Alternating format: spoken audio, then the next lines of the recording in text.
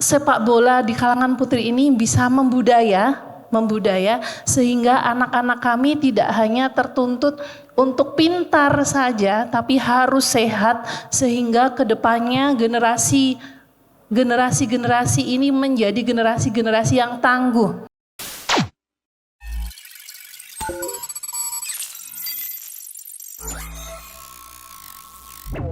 Sambutan pada pagi hari ini Bu Salma, untuk waktu dan tempat saya persilakan Bu.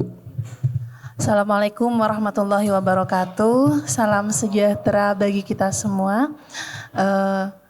Bahagia sekali kami hari ini bisa bergabung bersama teman-teman semua.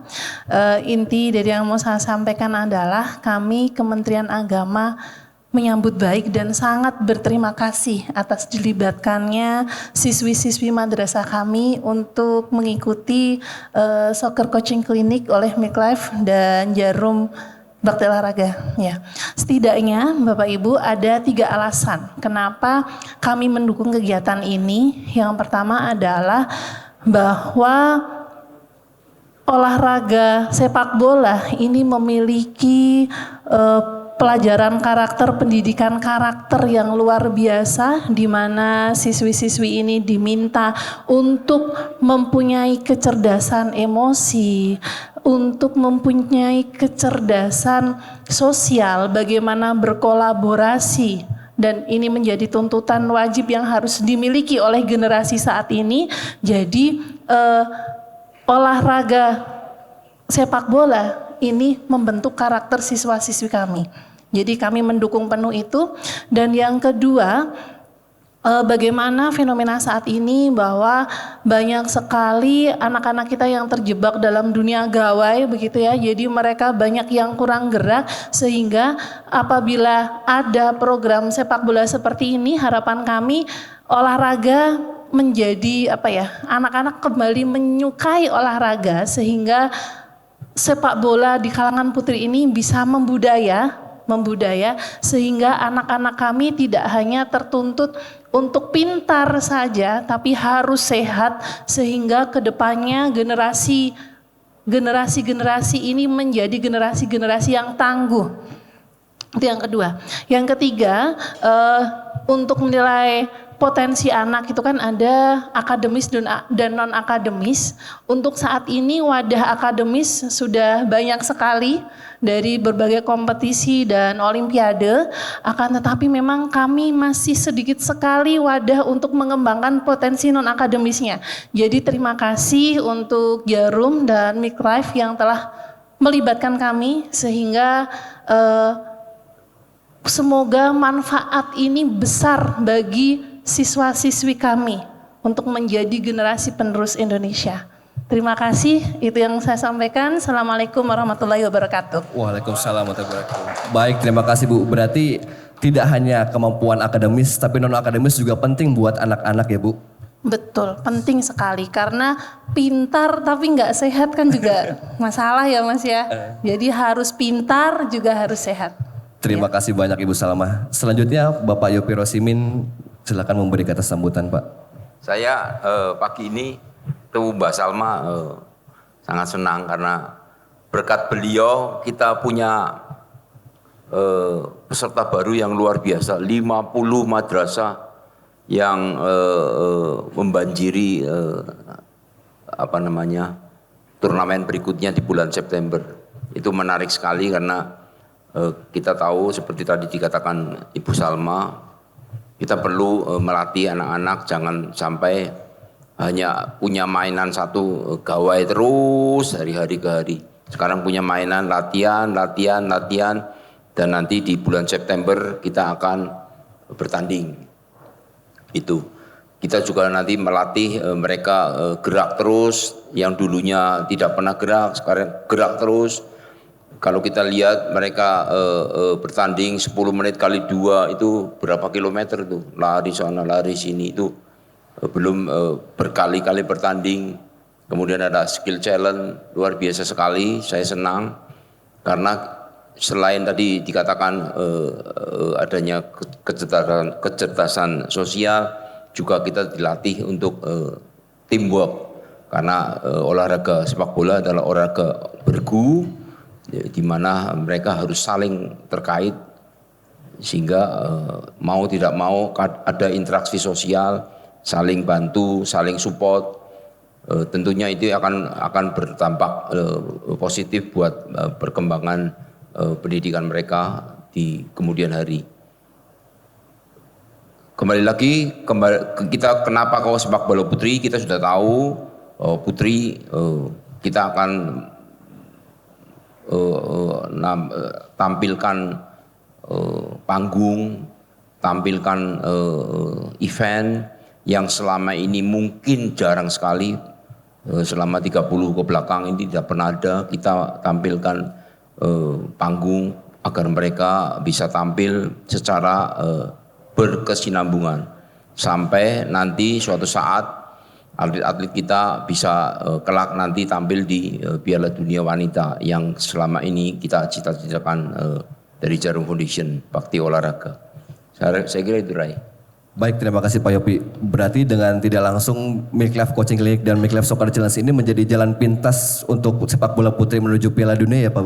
Ya, saya sih tidak mau ngomong jalan pintas, tapi adalah kita mau membentuk ekosistem mata rantai yang berkesinambungan. Kalau rantainya itu berputar, nanti akan muncul atlet-atlet putri, sepak bola putri, terutama yang asal dari Kudus, yang bisa tampil ke tingkat yang lebih tinggi lagi. Ekosistem ini harus kita sama-sama jaga agar berputar dan kelak nanti berproduksi atlet-atlet yang bertalenta super. Baik, terima kasih banyak Pak Yopi. Kembali ke Bu Salma, Bu. Mungkin tadi udah dijelasin tentang keterlibatan dari Kemenak dan juga Madrasah Ibtidaiyah, Bu. Cuma sebenarnya apa sih Bu yang mendasari Kemenak Kudus memberi dukungan terhadap kegiatan Midlife Coaching Clinic dan juga Midlife Soccer Challenge, Bu? Silakan Bu Salma. Ya, inti dari pendidikan adalah bagaimana memaksimalkan potensi siswa dan bagaimana menanamkan nilai-nilai yang harus kita junjung tinggi, di antaranya menjaga kesehatan, terus produktif dan mau bergerak. Itu menjadi nilai penting harus kita galakkan. Jadi apa yang disampaikan oleh Midlife dan Jarum ini ya kami sambut baik, dan kebetulan sendiri dari madrasah semuanya menyambut baik karena event dan ajang untuk kita berkreasi, khususnya menggerakkan remaja putri, calon remaja ya kita sangat kurang Mas. Jadi kita sangat mendukung ini karena kita butuh begitu. Iya. Apa sih Bu yang diharapkan oleh para siswi juga para guru di Madrasah Ibtidaiyah ketika selesai mengikuti kegiatan Midlife Coaching Clinic dan Midlife Soccer Challenge, Bu? Harapan saya yakin apa yang diadakan di Jarum ini nanti sifatnya menyenangkan. Setelah mereka senang dengan sepak bola, maka mereka berbudaya untuk berolahraga di sekitarnya, sehingga memberi inspirasi sekitarnya, adik kelasnya, kakak kelasnya, bagaimana bergerak dengan seru begitu ya, bergerak dengan seru sehingga anak-anak putri tidak lagi malu-malu untuk olahraga sepak bola. Jadi harapan saya itu nanti teman-teman anak-anak kita mereka giat bergerak. Dan sepak bola menjadi massal, bukan hanya didominasi laki-laki saja, tapi juga putri-putri bergerak juga gitu Mas. Siap, terima kasih banyak Bu Salma. Kembali ke Pak Yopi. Pak, apa sih Pak yang mendasari komitmen Bakti Olahraga Jarum Foundation rutin menyelenggarakan Midlife Coaching Clinic yang udah masuk batch 3 ini Pak, yang nantinya akan bermuara pada turnamen Midlife Soccer Challenge Pak? Silakan Pak Yopi. Jadi kita itu punya prosedur. Jadi pada saat anak-anak SD, baik dari madrasah maupun SD, itu akan ikut bertanding, itu jauh-jauh hari disiapin pelatihnya. Pelatihnya harus punya standar kualifikasi yang sama dulu. Makanya kita mensyaratkan setiap SD atau madrasah MI itu mau ikut berkompetisi, guru olahraganya wajib mengikuti Midlife Soccer Coaching Clinic. Mereka harus bertemu dengan Kustimo agar mereka punya pemahaman yang sama, standar yang sama. mengenai ball mastery dan sebagainya yang akan dibawakan oleh Coach Timo. Itu akan membuat standar yang sama di semua sekolah. Ada batch 1 kemarin yang bulan Maret, kemudian bertanding di bulan Juni, kemudian nanti ini di bulan Juli ada batch 2 dan batch 3 yang akan bertanding di bulan September awal. Itu juga prosesnya nanti setelah mereka mengikuti pelatihan dari Coach Timo, ada midlife certificate, mendapatkan midlife certificate, mereka juga akan ditinjau setelah mendapat sertifikat, latihannya gimana. Setiap sekolah akan ditinjau oleh tim kami dari Coach Timo, dari Budi Tanoto dan kawan-kawan akan datang ke sekolah untuk memastikan bahwa di sana juga berlangsung pelatihan secara rutin. Apakah seminggu sekali, seminggu 3 kali.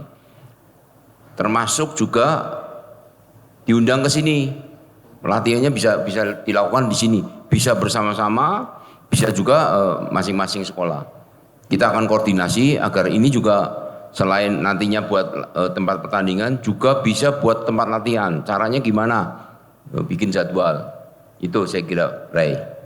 Siap, terima kasih banyak Pak Yopi Rosimin. Selanjutnya bergeser ke Coach Timo Sheneman. Coach, Midlife Coaching Clinic ini kan sudah memasuki batch 3 Coach, di mana hari ini juga hari terakhir, betul ya Coach? Dari mulai tanggal 17 sampai 22 Juli. Coach, materi apa saja sih Coach yang diberikan kepada para guru di batch 3 ini, dan apakah ada perbedaan dengan 2 materi batch sebelumnya?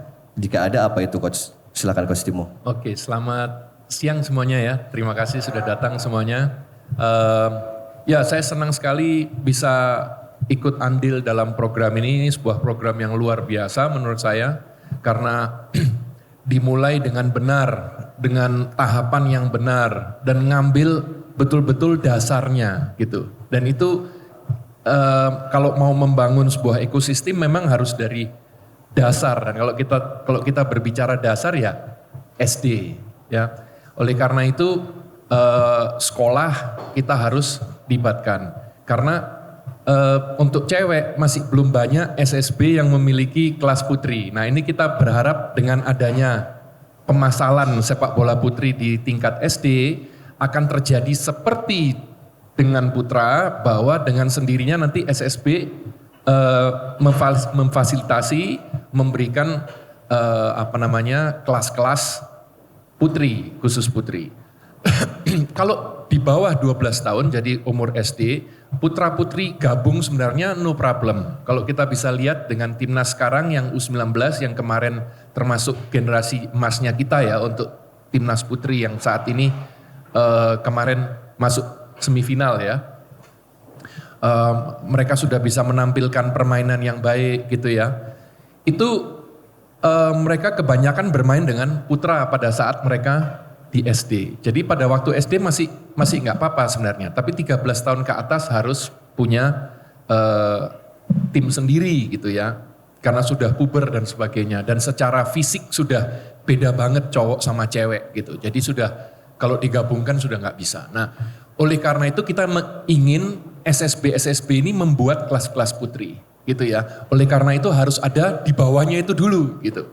Nah, kalau kita melatih anak-anak ya ujung tombaknya lagi-lagi SDM. Ya fasilitas penting. Kalau kita lihat ini kan luar biasa, stadion seperti ini luar biasa. Ya, tapi SDM daripada pelatihnya itu penting sekali, karena kan yang ngomong memberikan wejangan kepada anak-anak, kemudian memberikan masukan ya secara psikologis, secara pengetahuan, secara materi ya, kepelatihan itu kan pelatihnya. Jadi pelatihnya harus terdidik. Nah, saya melihat dari batch 1, batch 2, batch 3 itu saya harus adaptasi. Contohnya batch ketiga ini pure, nggak ada yang ngelatih SSB. Kalau yang sebelumnya ada yang ngelatih SSB, ada yang guru SD. Oleh karena itu saya memberikan materi, kalau di SSB seperti ini latihannya. Ya, umumnya seperti ini standarnya, standar modern melatih itu seperti ini. Nah, kalau kita melatih SD, pasti ada perubahan. Nah, latihan SD seperti ini. Nah, kita fokus ke situ. Mengapa berbeda? Dari waktunya saja sudah berbeda. Kalau SSB kan 90 menit kira-kira ya. Kalau SD kan 45 menit sampai 60 menit. Ya. Jadi dari waktu saja sudah berbeda. Kedua, kalau di SSB sudah anak-anak yang lumayan bisa. Padahal kalau SD, ya apalagi putri yang betul-betul dari nol. Oleh karena itu kita harus memberikan pelatihan kepada guru-guru bagaimana menghadapi anak-anak yang benar-benar memulai dari nol. Oleh karena itu inovasi yang baru yang kita terapkan di sini, yang juga baru masuk Indonesia sebenarnya, tapi masih jarang diterapkan di Putra, masih jarang diterapkan di SSB, walaupun sebenarnya ini putra-putri sama, adalah ball mastery. Jadi ball mastery itu adalah landasan daripada teknik. Biasanya langsung latihan teknik, dianggap latihan teknik adalah landasan daripada bermain sepak bola. Jadi contohnya saya mau melatih menyerang, berarti harus bisa kontrol bola, harus bisa passing bola, harus bisa shooting. Jadi saya harus melatih teknik itu. Ya, tapi yang dilupakan adalah landasan daripada teknik itu sendiri, passing, shooting, dribbling dan sebagainya adalah ball mastery. Nah, keuntungan ball mastery adalah bisa dilakukan dimanapun. Dia bisa melakukan di rumah, di depan TV pun bisa, di parkiran bisa, lahan yang sangat kecil bisa dilakukan. Nah, itu yang kita juga sampaikan kepada guru-guru. Jadi apakah mereka punya latar belakang sepak bola atau tidak? Saya melihat rata-rata hampir semualah itu betul-betul antusias. Itu saya respect banget. Bahkan kemarin Pak Yopi ada guru yang sudah lumayan tua, jilbaban, ibu-ibu ya jilbaban sudah lumayan tua. Tapi ball mastery-nya bisa. Dikasih tunjuk, dia mencoba. Dia mencoba. Nah di sini kita tertantang, saya juga, ini namanya Milk Life Challenge namanya. Itu challenge buat anak-anak dari tidak bisa main menjadi bisa main. Sepak bola putri dari tidak ada basisnya sampai ada basisnya. Ya. Jadi challenge untuk guru-gurunya. Itu makanya nama challenge ini tepat sekali gitu. Nah oleh karena itu salah satu challenge-nya yaitu tetap mau belajar walaupun mungkin latar belakangnya bukan sepak bola. Nah, challenge buat saya sendiri adalah, makanya tadi Pak Yopi sudah bilang kita sudah ke beberapa sekolah, 15 sekolah saya sudah sambangi. Dari situ saya membuat sedikit perbedaan antara batch 1 sama batch 2 dan batch 3. Saya sedikit merubah karena melihat kenyataan di lapangan seperti apa. Di sekolah-sekolah seperti apa. Gitu. Jadi pada saat kepelatihan kita bisa lebih praktis. Gitu. Jadi enggak cuma teoritis tapi sesuai kenyataan di lapangan. Seperti itu. Terima kasih Coach Timo. Sejauh ini bagaimana sih Coach tanggapan dari para guru terkait dengan materi yang Coach Timo berikan? Apakah mereka cepat menangkap dengan beberapa materi yang udah Coach Timo berikan atau seperti apa Coach? Ya puji Tuhan berjalan dengan lancar mereka karena kita waktunya juga bagus ya. Waktunya 1 minggu dari Senin sampai Jumat. Jadi contohnya hari ini, karena kita ada tahun baru Islam ya. Jadi kita dari Senin sampai Sabtu. Hari ini nanti mereka praktek gitu. Jadi setelah mereka mendapatkan teori maupun praktek, mereka sendiri yang kemudian kita lihat seperti itu. Nanti di level kedua, karena ada 2 level, paling tidak untuk Kudus nanti ada 2 level. Di level kedua, setelah mereka berpengalaman melatih anak-anak didiknya, masalah apa saja yang muncul, kita melihat kembali, mereka sudah paham apa, belum paham apa, itu nanti kita dalami di level kedua, termasuk ada materi-materi baru di level kedua. Jadi semuanya bertahap, oleh karena itu, karena waktunya cukup, saya kan sering diundang ya seminar ke daerah-daerah, itu biasanya 1-2 hari. Nah kalau 1-2 hari ya susah ya, saya harus milih betul-betul apa yang betul-betul dibutuhkan, tapi tidak mungkin bisa betul-betul efektif gitu ya. Nah ini karena waktunya 1 minggu, itu kita bisa efektif dan bisa bertahap seperti itu. Siap, terima kasih banyak Coach Timo. Coach, berarti itu juga disebutin materi dasar yang harus dikuasai oleh para putri U10 dan U12, berarti ball master ya Coach, di antara materi-materi yang sudah di-share oleh Coach Timo, Coach. Iya, jadi kita bikin standarnya ada, kalau kita biasanya kalau di SSB itu ada 5 ya program. Jadi dari warm up sampai cooling down itu P1 sampai P5. Kalau SD itu hanya 3, P1 sampai P3 saja waktunya terbatas. Oleh karena itu kita ambil P1 itu khusus ball master. Sekaligus warm up itu ball master. Kemudian baru kita ke P2 itu latihan tekniknya. Tekniknya berbeda-beda tiap minggu sesuai program jangka panjang. Baru kita masuk ke game. Jadi simple, siapapun bisa mengikuti, asal mereka ada kemauan pasti bisa. Baik, terima kasih Coach Timo dan para narasumber. Terima kasih untuk sesi chatnya. Selanjutnya saya akan membuka pertanyaan untuk rekan-rekan media yang ingin bertanya. Silakan, mohon ajukan nama dan dari media mana. Silakan Mas Torik. Terima kasih. Saya mau tanya ke Pak Yopi aja. Dari KR Pak, Datang Rakyat. Pak Yopi, ini penyelenggaraan Miklev Saucer ini kan sementara ini di Kudus. Apakah ada rencana ke depan mungkin untuk mengadakan Miklev coaching klinik sama Miklev Saucer Chilling di tempat lain, misalkan Jawa Timur, Jawa Barat, Jogja atau mungkin daerah lain, Pak. Yang pertama itu, Pak. Yang kedua, dari kemarin turnamen yang kemarin itu kan dari seluruh sekolah di Kudus itu kan masih ada yang tercecer, Pak. Artinya mungkin ada sekolah lain yang siswanya mungkin punya hobi sepak bola, tapi terbatas cuma 1-2, artinya tidak terakomodir dalam satu tim lah. Itu terus gimana Pak untuk menjaring potensi seperti itu? Terima kasih Pak Yopi. Terima kasih Mas Torik. Silakan Pak Yopi. Ya, jadi kita punya rencana tahun depan itu melebar ke rencana ke 6 kota. Dari Semarang, Solo, Jogja, Surabaya, Bandung, Jakarta. Ini rencana Pak. Tapi tetap rencana itu harus di-planning dengan baik. Dan kita sudah mulai pendataan dari sekarang di beberapa kota itu. Terutama yang pertama adalah yang Jawa Tengah. Itu harus, karena dekat dengan kita kan. Itu rencananya seperti itu. Tapi prosesnya sama seperti yang di Kudus, harus diawali dengan sertifikasi dulu.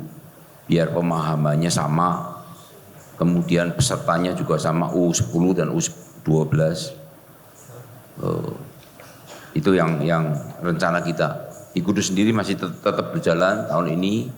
Mudah-mudahan nanti September bisa terjadi sama sesi terakhir di November. Tahun depannya juga sama, diulangi lagi. Prosesnya, jadi ekosistemnya harus bergulir dulu di Kudus, kemudian nanti nyusul di kota-kota lain yang tadi kita sebutkan 6 kota. Pertanyaan kedua, oh ya, yang satu dulu.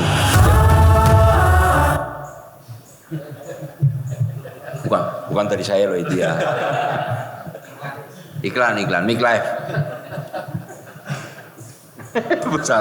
Jadi yang pertama itu prosesnya tadi ada ngomong kita ada turnamen, bukan berarti dibiarkan cuma gitu aja loh Pak. Para pelatih yang di SSB itu juga memantau tim dari SDN Rendeng 2, kemudian dari Nawa Kartika dan sebagainya, itu dipantau Pak. Yang jagoan apa dan ditawarin untuk latihan lebih intensif lagi. Seminggu 3 kali di SSB macam-macam, bisa ada 8 SSB, maupun 8 ini yang tidak harus ke SSB yang di Jarum, di tempat lain juga boleh. Nah, nantinya itu juga nanti akan menjadi PR kita tersendiri setelah SD ini, nanti juga mestinya ada satu level lagi kompetisi di SD, nantinya ada kompetisi di level yang lainnya SSB atau apa. Lain kedua mengenai apa tadi? SD lain. SD lain ini hari ini 50 MI yang selevel SD itu tiba-tiba berbondong-bondong mau ikut turnamen. Ya kita welcome aja. Kali ini nanti September akan ada sekitar 112, 32 yang kemarin ditambah 50, 80 sekian, plus di luar MI juga ada lagi yang tadi disebutkan, SD negeri yang lain juga datang untuk meminta ikut. Tapi ya tidak hanya sekedar ikut, saya juga memberikan syarat harus ikut pelatihan dulu biar sama levelnya. Setelah itu berkompetisi. Nah kita yang dari Panpel ini lagi pusing ini. Dulu 32 aja biayaan, sekarang dari 112 SD yang daftar. Nanti batch 4 saya nggak tahu lagi bulan November apakah nanti mencapai 200. Padahal sekolah di SD di level MI SD itu ada 500 ada ibu. MI aja 149 sudah 35%-nya ikut 50. SD-nya sekarang kalau nggak salah sih ada 500. Nah pertanyaan itu menarik, bagaimana kalau mau ikut semua? Nah itu nanti kita pikir nanti Bu. Yang sekarang aja mikirnya 115, pusing mikirnya yang nanti. Ini dulu. Ini Panpel lagi pusing caranya gimana, lagi mutar otak. Ya jelas Pak, kira-kira Pak. Mudah-mudian bisa dibantu dari teman-teman wartawan. Ini berkat dari teman-teman sekalian begitu di woro-woro langsung meledak. Ya, makasih. Terima kasih Pak Yopi.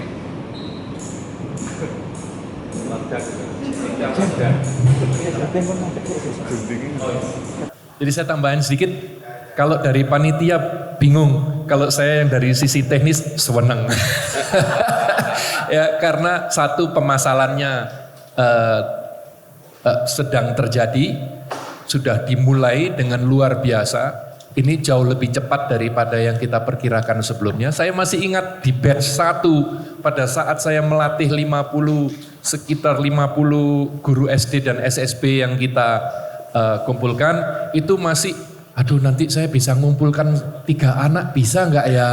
Aduh nanti ini sama orang tuanya diperbolehkan nggak ya? Ternyata betul-betul luar biasa antusiasmenya. Mereka semua paham bahwa lewat acara seperti ini ada fun faktor. Anak-anak itu kecil itu harus punya kesenangan. Makanya guru-guru ini harus dikumpulkan supaya kita satu visi. Visi pertama adalah anak-anak ini harus senang. Ketemu pelatihnya itu harus senang. Main bola itu harus senang. Gitu ya. Jadi enggak boleh ada nanti pelatih-pelatih yang marah-marah di pinggir lapangan dan sebagainya. Ini anak SD dan putri dan baru saja mulai bermain. Ini tentang mereka, bukan tentang saya, bukan tentang pelatihnya, bukan tentang sekolah masing-masing, tapi tentang anak-anak ini. Jadi harus fun. Karakter tadi sudah disampaikan. Kita mau menumbuhkan karakter lewat sepak bola. Ketiga, tugas daripada pelatih menyamakan visi bagaimana kita bisa menempa mereka secara teknis. Jadi ada perkembangan secara teknis gitu ya. Nah, kalau tadi dibilang merepotkan panitia, memang ya luar biasa. Ini mungkin harus untuk panitia PR bagaimana ke depannya sistemnya dan sebagainya. Tapi intinya permasalahan itu luar biasa bagus. Karena apa? Secara logika saja, kalau massal berarti kemungkinan kita dapat pemainnya ke depannya itu lebih besar. Ya kan logika ya. Kalau saya mancingnya pakai apa itu IKL kan cuman dapat berapa. Kalau saya pakai jala dapat berapa. Kan gitu. Nah jadi oleh karena itu saya berharap benar-benar berharap ini bisa seperti PB Jarum dulu. Tahun 70 kan pertama Lims Wiking orang Kudus. Yang ketua ditemukan bapaknya dari Hustomo Arbi, orang Kudus. Pertama PB Jarum yang diambil dua pemain muda yang masuk ke PB Jarum. Kemudian mereka mendunia, ya kan? Jadi kita mulai di Kudus, Dengan pemasalan seperti ini kemungkinan kita dapat Lim Swee King dan Hustomo Arbi itu ada juga gitu. Itu yang saya sukai gitu. Baik, terima kasih Coach Timo dan Pak Yopi. Selanjutnya ada lagi yang ingin bertanya. Silakan Mas Roy atau Mas Ali duluan. Mas Roy boleh? Ya, baik. Ini pertanyaan saya tujukan ke Bu Salma. Bu Salma, ini kan memang dari Jarum Foundation Bakti Olahraga sendiri memang sudah berusaha untuk membangkitkan persepak bolaan para atlet putri khususnya ya. Nah, sementara ini untuk coaching klinik sendiri kan memang di madrasah sendiri MI sudah cukup banyak antusias 50. Untuk ke depan Bu, pertanyaannya adalah untuk mendorong ya dari Kementerian Agama supaya antusiasme ini tetap terjaga, kemudian berkesinambungan dan berkelanjutan. Apakah nanti juga ada misalkan semacam di Popda, kalau di Kemenak saya lupa namanya itu, apakah juga nanti akan dimasukkan seperti itu sehingga memang mereka nanti ada tetap semangat untuk bisa bermain sepak bola khususnya di sepak bola putri. Terima kasih. Baik, terima kasih Mas Roy. Hampir sama Mas, mungkin bisa Mas. nyambung ke untuk Bu Salma. Ini terkait dengan kalau Madrasah Ibtidaiyah ini kan terkait dengan persoalan agama ya Bu ya, sekolah agama yang berbasis agama. Seberapa upaya dari Kementerian Agama untuk bisa merubah paradigma orang tua bahwa meskipun berjilbab, meskipun menggunakan busana Muslim seperti itu tetap bisa bermain bola dengan baik gitu Bu. Untuk Pak Yopi dan Coach Timo terkait dengan pengembangan sepak bola putri ya, kan ini sudah mulai membangun ekosistem di hulu ya. Tapi untuk ke depan, untuk bisa menciptakan pemain-pemain yang berkualitas tentu ada impian-impian yang harus dibuat ya. Artinya impian seorang pemain sepak bola itu apa? Yaitu menjadi pemain sepak bola yang profesional. Artinya mungkin Pak Yopi punya pemikiran bagaimana untuk membangun impian itu. Secara nasional kita tahu kompetisi sepak bola putri tanah air juga belum ada ya. Kemarin pun di AFF Timnas si Claudia umur 14 tahun harus memikul beban teman-temannya semacam itu ya Coach ya. Artinya kan memang ekosistem di hilirnya, di muaranya itu kan belum terbangun. Jadi bagaimana untuk membangun impian anak-anak ini bisa biar lebih giat berlatih. Terima kasih. Terima kasih Mas Ali dan Mas Roy. Mungkin Bu Salma bisa menjawab pertanyaan Mas Roy terkait bagaimana konsistensi untuk kedepannya dukungan Madrasah Ibtidaiyah untuk Make Life Coaching Clinic dan Make Life Soccer Challenge. Silakan Bu Salma. Terima kasih. Jadi terkait antusiasme madrasah sendiri ternyata saya tidak perlu kerja keras untuk meminta mereka bergabung. Bahkan banyak sekali madrasah yang kebetulan ini baru 50 ya Pak. Jadi di luar itu menanyakan kok kami tidak. Jadi terkait antusiasme mungkin sebelumnya dari batch sebelumnya sudah ada yang mengikuti beberapa MI. Belajar dari mereka ternyata itu menyenangkan dan tidak memberatkan. Jadi untuk membuat mereka antusias sebenarnya tidak perlu energi besar dari kami. Karena mereka sudah tahu prosesnya yang memang menyenangkan begitu. Selanjutnya untuk dimasalkan untuk menjadi seperti Popda begitu ya. Saya rasa kalau nanti dari pihak Jarum bisa mengundang semua madrasah-madrasah, saya yakin apabila kami mengusulkan pada jenjang provinsi atau jenjang nasional pasti insya Allah diterima. Tapi untuk saat ini belum, mungkin kita mulai dari Kudus dulu, nanti kalau sudah menyebar, masif, massal, sepertinya tidak menutup kemungkinan menjadi ajang yang diperlombakan di Porseni kita bilang. Porseni itu sendiri bukan program dari pusat Pak, jadi memang kita wadahnya untuk olahraga kurang begitu ya, teman-teman kelompok kerja madrasah menyelenggarakan sendiri, jadi memang untuk sepak bola belum diadakan turnamennya begitu.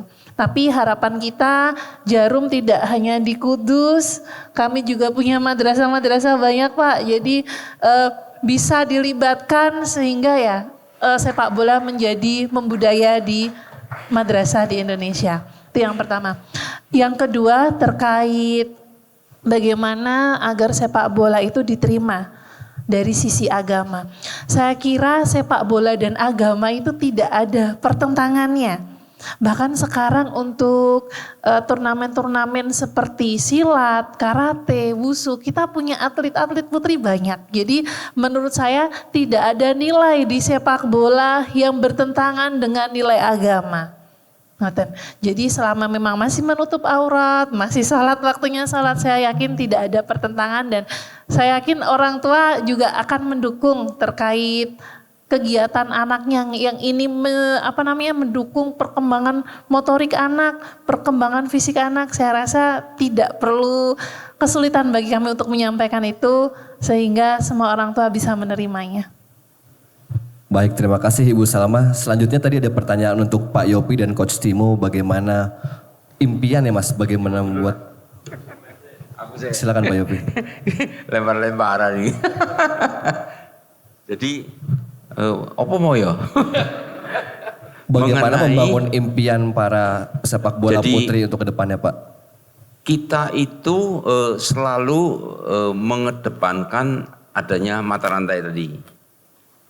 Kalau mata rantai ini berjalan, itu akan timbul produksi-produksi atlet-atlet yang berkualitas baik. Setelah itu kita mimpinya sudah tadi jelaskan, kita mau menuju ke Piala Dunia Wanita. Itu kan yang paling tinggi dalam sepak bola. Entah kapan, 10, 20 tahun, saya tidak tahu. Semua tergantung dari proses. Produksinya ini jalannya seberapa kenceng. Tapi kalau lihat prosesnya dari 32 menjadi 115 atau 112 tim, itu kan lompatannya tinggi sekali. Nggak tahu yang ketiga, nanti kita lihat lagi. Ini baru berjalan tahun pertama. Kemudian kita tahu semua pada saat 32 tim itu bertanding, pelatih-pelatih SSB atau Akademi Sepak Bola kita itu juga memantau. Oh, di tim A ada seorang yang namanya siapapun dicatat, dan itu ditawarin untuk berlatih lebih intensif. Itu adalah salah satu kita mau membentuk piramid. Grassroots-nya baik, semua pemainnya bermain happy, kemudian yang punya potensi lebih kita tawarin untuk masuk ke SSB. Kemudian nantinya pastinya akan ada juga turnamen yang sifatnya levelnya di atas lagi. Ini kan masih di level grassroots, dan seterusnya akan timbul terus. Kemudian kita juga menyiapkan ekosistemnya. Nanti suatu saat pemain-pemain bola kita itu juga harus mendapatkan penghasilan yang bagus. Tapi dari kita grassroots ya jangan mengharap itu dulu, pasti jauh Pak. Dan itu kita harus mulai menapak kecil-kecil. Di sepak bola putri mungkin kontraknya kalau kita lihat pemain Liga 1 itu masih jangan mengharapkan lah. Tapi dari endorser atau brand ambassador itu masih bisa hidup. Safira yang nomornya 13 kalau nggak salah Pak Kustimo ya. Atau Claudia ponakannya Pak Kustimo itu potensi jadi endorser brand ambassador brand tertentu itu, dan itu lumayan. Followernya kan sekarang modelnya kan gitu. Kontraknya sebagai brand ambassador Ortus misalkan nantinya atau yang lainnya, itu juga kita akan terus pikirkan agar mereka juga punya income yang lumayan dengan menggeluti sepak bola itu. Keuntungan lain selain dari komersial juga dari pendidikan. Kalau pemainnya itu punya prestasi tinggi, itu mau masuk jalur prestasi di universitas yang ternama, itu jalurnya lebih terbuka dan tidak menutup kemungkinan suatu saat mendapat beasiswa dari sepak bola putri untuk kuliah di Amerika misalkan, tidak menutup kemungkinan. Itu impian-impian yang akan datang 5 tahun, 10 tahun yang akan datang. Dan kita akan terus pupuk itu agar pemain-pemain sepak bola putri sadar bahwa masa depannya juga terbuka luas untuk kedepannya. Tidak hanya jadi pemain kampung doang, tapi juga yang punya potensi gede untuk bisa ke level yang lebih tinggi lagi, internasional atau elitnya dunia sepak bola putri itu, Pak. Baik, terima kasih Pak Yopi. Silakan Coach Timo untuk menambahkan. Ya, saya tambahkan sedikit saja, sudah sangat lengkap. Mungkin panjenengan semua tahu Liga Mahasiswa ya, ada Liga Mahasiswa. Nah, Liga Mahasiswa itu sudah punya futsal putri, kedepannya akan punya sepak bola putri juga, lapangan luar putra dan putri. Nah, itu yang seharusnya untuk saat ini menjadi acuan dari orang tua. Kita mendidik anak bisa masuk lewat jalur prestasi seperti Pak Yopi katakan ke universitas-universitas terutama yang ada liga mahasiswanya.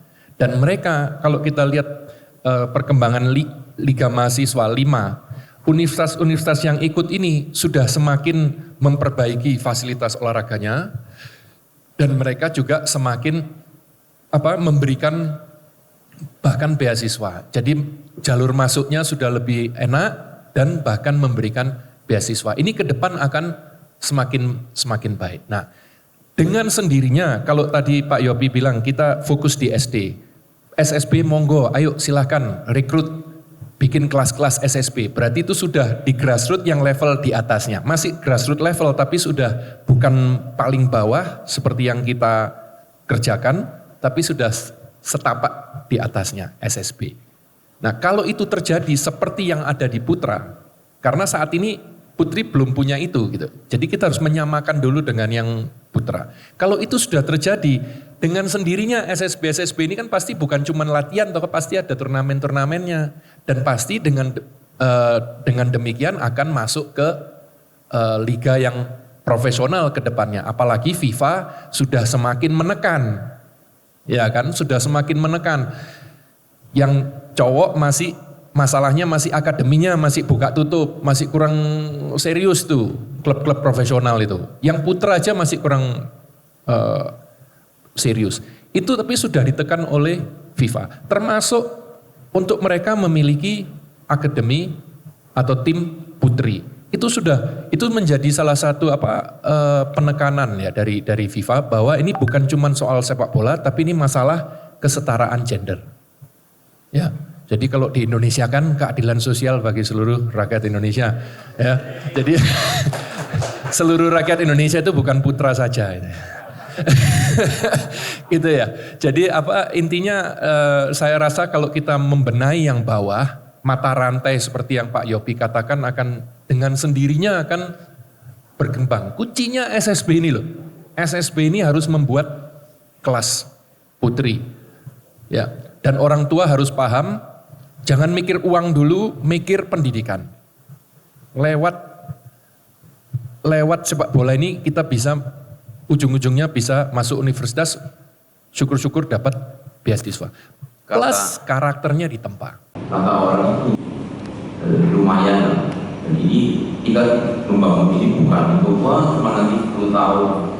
Ini akan berlangsung terus sepanjang ada hubungan dari teman-teman Pratama dan hubungan dari sama MI-nya disuruh daftar terus sepanjang itu terus mengalir, jadi kita tidak akan berhenti, terus berkomitmen terus untuk membuat sepak bola putri itu kembali di setan ini. Kita pengen jadi setannya itu, dan kalian jadi saksi. Kita baru melangkah 1 turnamen, mau 2, dan kita lihat dengan perkembangan waktu. Jadi komitmennya Jarum Pollution sudah tidak dilakukan.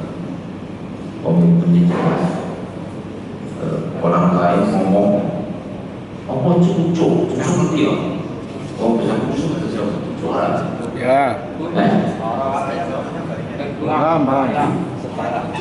Orang jadi sebut apa setimpal.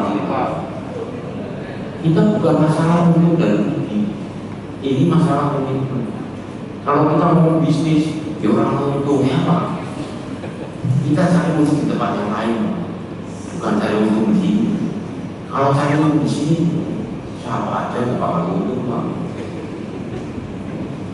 Tidak, kita juga menggugah teman-teman dari brand-brand lainnya, Otto, Leo, ayo bantu kamu tuh api biar kuat asal support.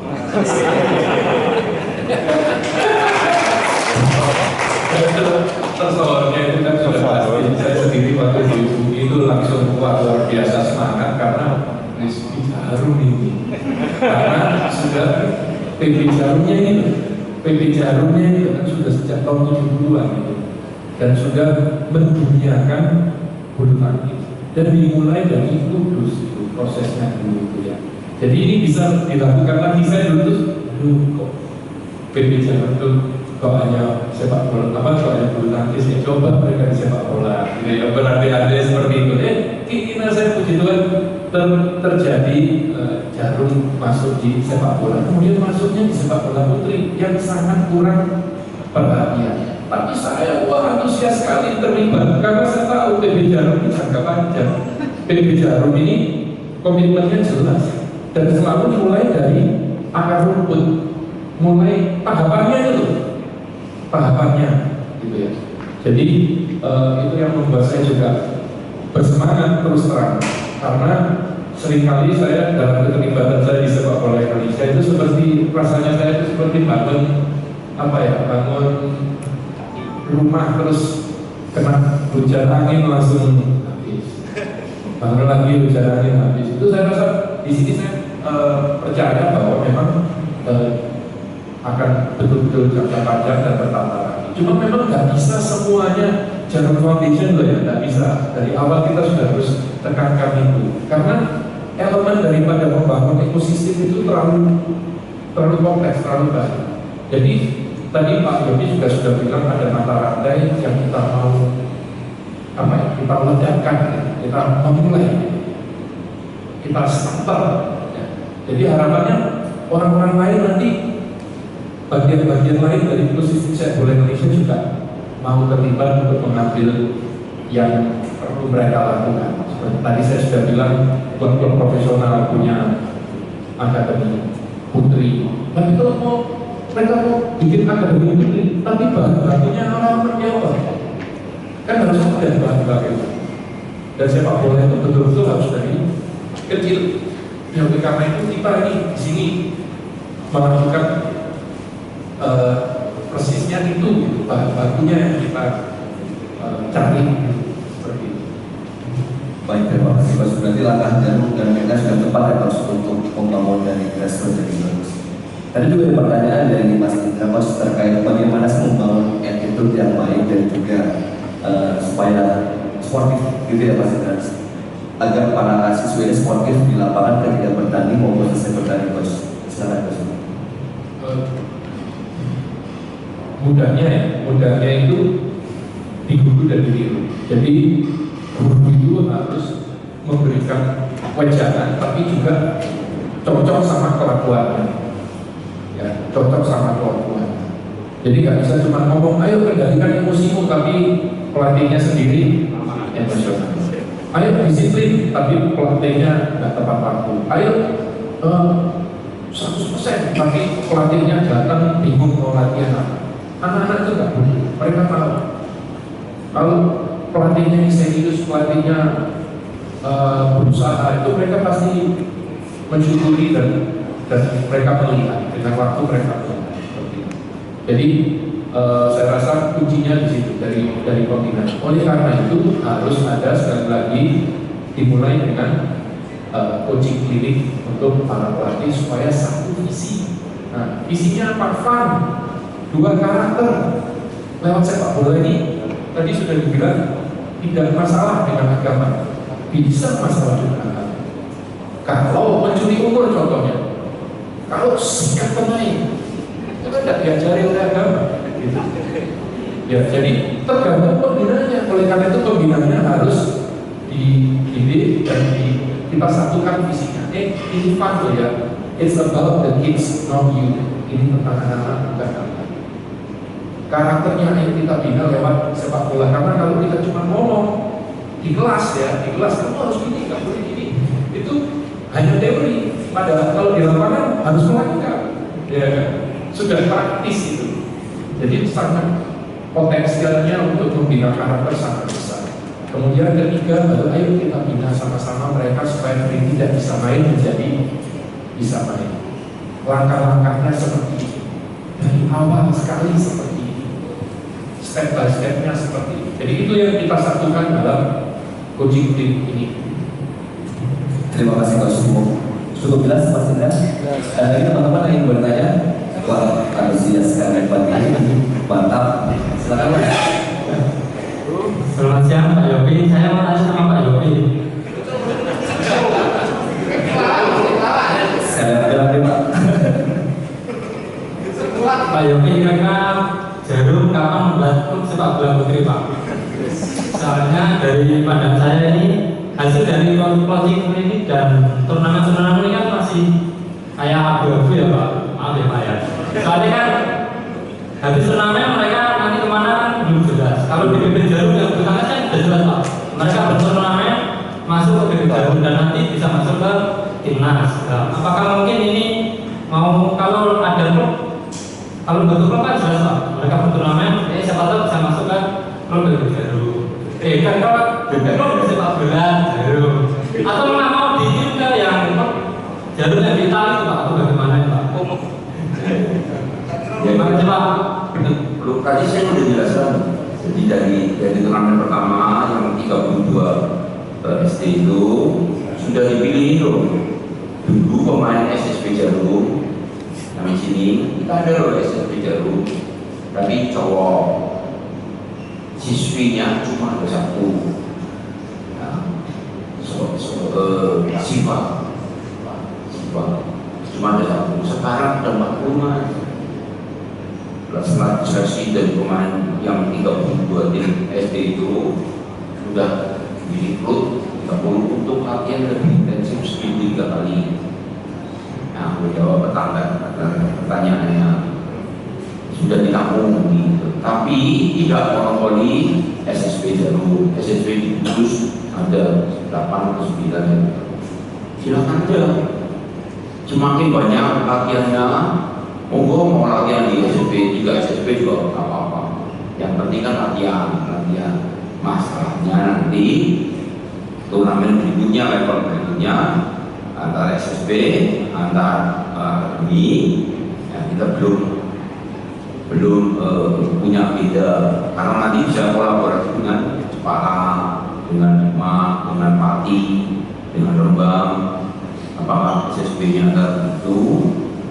Ya, kita belum ketemu, baru masih tahap awal, untuk susunan. Nanti akan sampai ke sana. Bahkan nanti kita cita-citanya adalah menjadi yang terbaik di 11 negara yang berada. Tapi tercapainya kapan ya kita nggak tahu. Tapi jawabannya kapan-kapan kita nggak tahu. Tergantung prosesnya ini. Prosesnya jalan dan ini kan baru 1 tahun nih. Tahun kedua, beli apa enggak? Tergantung Ibu Salma, teman-teman SD.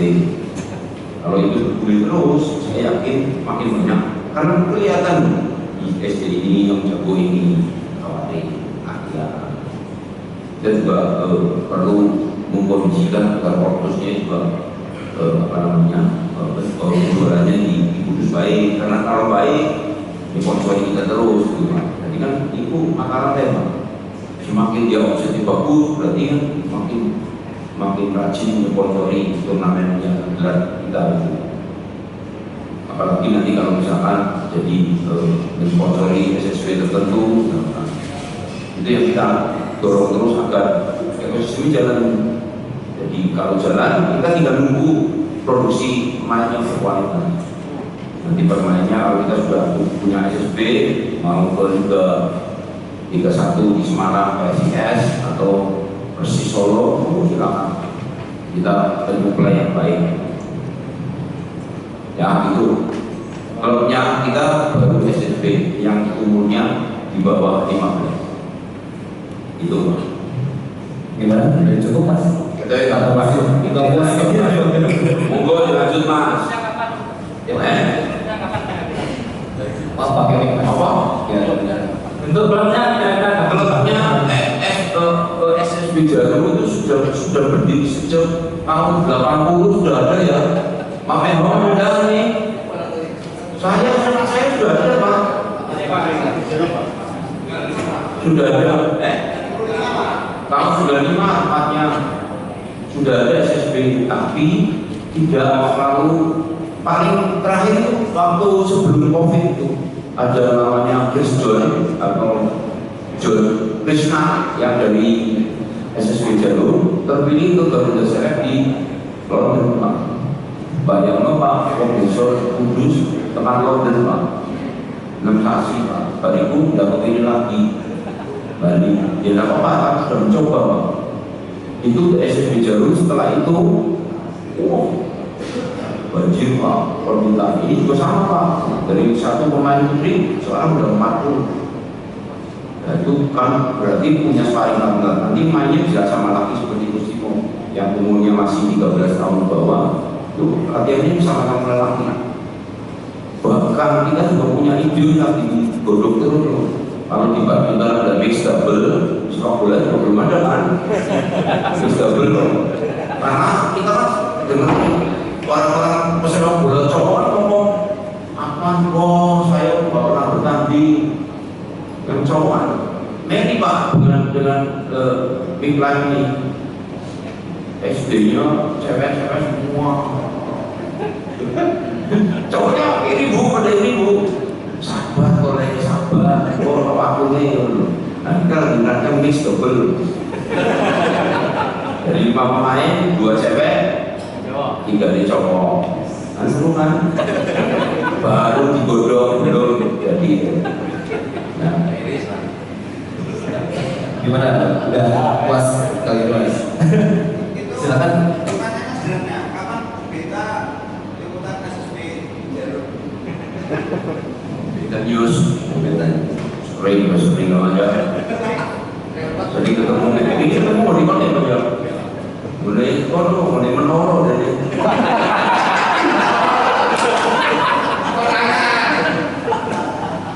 Ya, pasti ini silakan. Cek. Saya kepada Pak Yopi terakhir Pak ini progres Stadion Jarum sendiri sudah berapa persen Pak dan mungkin apa-apa yang belum dibangun atau dilengkapi itu apa saja dan mungkin nanti kalau peserta Midlife Soccer Challenge ini lebih banyak ini apa tribun supporternya ini mencukupi Pak? Jadi apa perlu dibangun lagi sebelah sana dan jadi beli PG Rating dibeli Pak? Terima kasih Pak. ini juga Pak mungkin bisa putar ya belum ada rezeki.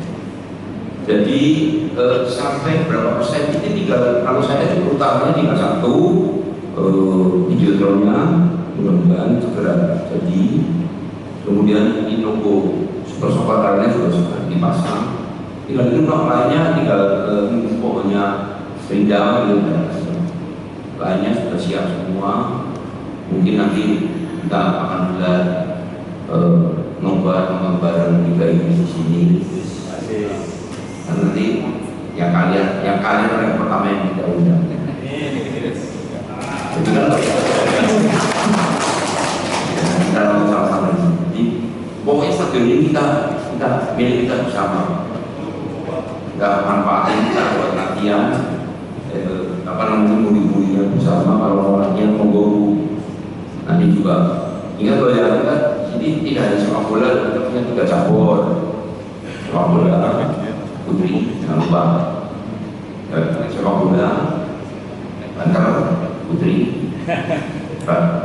tinggi terus atletik sama panah selama tahun kita punya 3 cabur karena ada lintasan yang berapa itu internasional grade panahan yang sudah kesukuan para sepak bola putri karena kemarin luar biasa sekali. Ini nanti September lebih kencang lagi. Nantinya bisa rumah yang lagi kita waya-waya terus Dari 149 saya tinggal 2000. Ya itu ada lagi rencana diresmikan kapan Pak? Dan mungkin apa bisa rekan-rekan media ini jajal bermain sepak bola di stadion ini, atau mungkin diadakan turnamen antar media wartawan di sepak bola kecil-kecilan seperti bulu tangkis itu Pak? Pengennya gitu, tapi kan prioritas buat anak-anak ini. Kalau kalian nanti ya kita nanti atur jadwal. Kalau nanti jadwal benturan ya maaf, telat latihan. Tapi nanti kita, kalau kita nanti bisa manfaatnya. Ini bisa main sepak bola di Melayu, mereka latihan. Kapan diresmikan tadi Pak? Pertanyaan kapan diresmikan ya Pak? Terus ini sepertinya Mas, ingin nunggu itu jadi mungkin September awal mungkin. Kita nanti pasti kabarin orang-orang kalian yang punya urusan kalian ini kabarin. Tapi tanggalnya kita itu pasti nunggu itu jadi jadwalnya pertengahan Agustus itu dipasang setting. Jadi nanti tampilkan sportnya, videonya, iklan-iklannya, tampilkan situ. Dengan sponsor puas, pengen ikut jadi sponsornya iklan sobat channel kita sama-sama. Ya itu yang akan kita jadi ekosistemnya jalan. Kalau nanti peresmian pasti nanti diberitahu. Bersama dan memperkuat Timur juga akan nanti eksibisi. Ya, Kepala Stadion Malayumi, cukup Mas Jeli? Ya. Ada lagi mau? Iya, jadi menambah mungkin dari itu sama dengan waktu saya rasa saya akan terjadi dengan sendirinya seperti yang terjadi di universitas yang ikut 5 tadi tingkat mahasiswa. Dengan waktu mereka pasti akan membenahi sarana olahraganya. Kalau memang mereka melihat tiap tahun kok kita selalu ikut ini, ya kita harus juga semakin memperbaiki fasilitas olahraga kita, gitu kan? Itu saya rasa dengan waktu akan terjadi dengan sendirinya. Dan saya rasa pendidikan zaman sekarang, karena saya juga guru ya, saya guru SMA ya. Jadi semakin sekolah itu semakin paham bahwa olahraga itu tidak bisa disepelekan. Olahraga itu lawannya itu gadget ini, handphone ini, gitu ya. Lawannya obesitas dan sebagainya. Bukan hanya obesitas ya, kemampuan untuk fokus itu jadi hilang. Dengan kita scrolling, padahal fokus itu dibutuhkan untuk semua pekerjaan, gitu ya. Oleh karena itu di China saat ini sudah menerapkan goal mastery untuk anak TK. Jadi di antara kelas setiap jam, setiap berapa waktu mereka melakukan goal mastery 15 menit supaya terbiasa untuk gerak badannya. Dan goal mastery bisa dilakukan di mana-mana. Oleh karena itu, mengerti kondisi sekolah-sekolah di Indonesia, kita juga mengadopsi goal mastery. Salah satunya karena itu mereka bisa melakukan goal mastery dimanapun, termasuk di lapangan yang sangat kecil di sekolah. Pada saat istirahat itu kita sudah kasih masukan ke guru-guru seperti itu. Ya, kemudian bisa kerjasama dengan desa seperti bisa bilang, dan setelah seminggu kalau memungkinkan bisa latihan di sini. Oke, selain itu tadi jumlah daripada pelatih putri itu dengan sendirinya juga, karena kan belum pemasaran sepak bola putri, akhirnya pelatih putri bahkan di tingkat nasional pun masih sangat-sangat sedikit. Gitu. Ini bukan masalah putra atau putri, itu masalah kemampuan. Jadi kalau kita mampu, pasti bisa. Putri melatih, putra melatih, pasti bisa.